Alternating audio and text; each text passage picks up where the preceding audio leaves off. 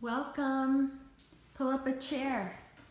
Join me for another time of guided reflection on a passage of scripture. Please make yourself comfortable. I would say make yourself at home, but you know, we're all at home. Here we are. Look at us.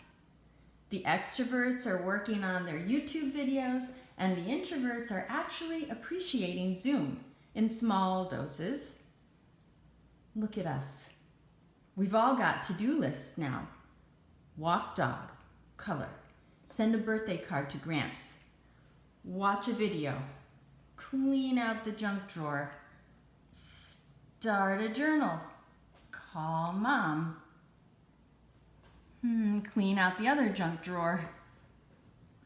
Look at us, creating art on our street-facing windows, checking on neighbors and friends who live alone, creating videos to cheer people up, playing our instruments outside for the benefit of the neighborhood, lighting up the streets with song and fairy lights, sending love and heartfelt thanks to those on the front lines of the effort to save people from this virus.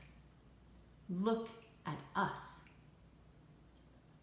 Malcolm Muggeridge wrote a little gem of a book about Mother Teresa called Something Beautiful for God. In it, he quotes her. She said, "The biggest disease today is not leprosy or tuberculosis, but rather the feeling of being unwanted, uncared for, and deserted by everybody." But look at us, combating that disease together, even as we combat the coronavirus. As I look at you, your beautiful acts of love and kindness remind me of the parable Jesus told about the 5 wise bridesmaids. There were 10 bridesmaids altogether in Jesus' parable, but only 5 were commended. Let me read you that parable from Matthew 25. "At that time, the kingdom of heaven will be like 10 virgins who took their lamps and went out to meet the bridegroom. 5 of them were foolish, and 5 were wise. The foolish ones took their lamps, but did not take any oil with them. The wise ones, however, took oil in jars along with their lamps. The bridegroom was a long time in coming, and they all became drowsy and fell asleep. At midnight, the cry rang out, 'Here's the bridegroom, come out to meet him.' Then all the virgins woke up and trimmed their lamps.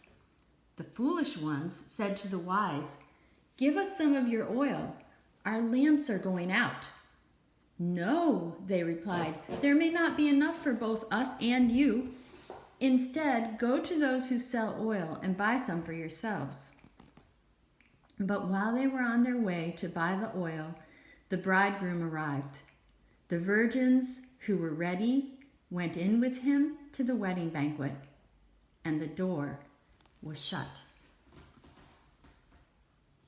In those days, not only were bridesmaids responsible to help prepare the bride for her big day, their job was also to light the way to the home of the bride for the arrival of the groom.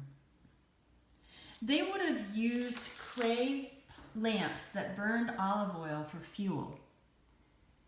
And the longer the wait for the groom, the more olive oil they would go through. The 5 wise bridesmaids were prepared to wait all night for this particular groom, and so they stocked up on oil. Sure enough, in Jesus' parable, the groom arrived so far into the night that the bridesmaids who hadn't brought extra oil ran out, as did the light of their lamps. But the 5 wise bridesmaids had enough light to be beacon, welcome, and guide for the groom. Look at all the light.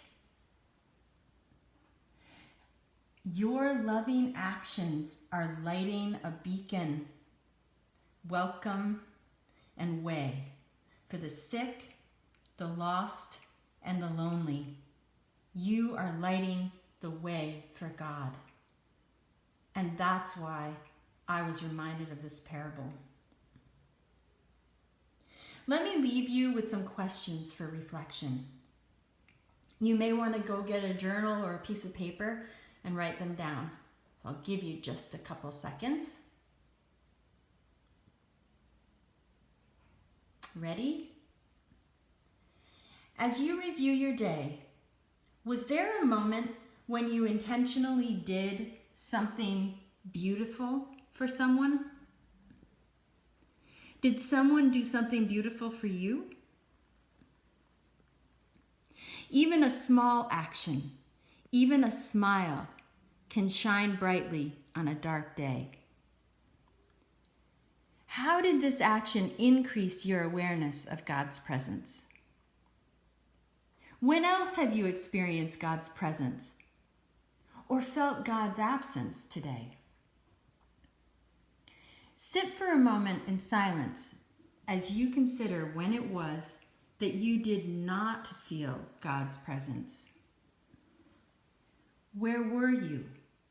What were you doing? What were you thinking? How were you feeling? After some silence, take a few good deep breaths. Ask God, where were you? If you seek him, you will find him, if you seek him with all your heart.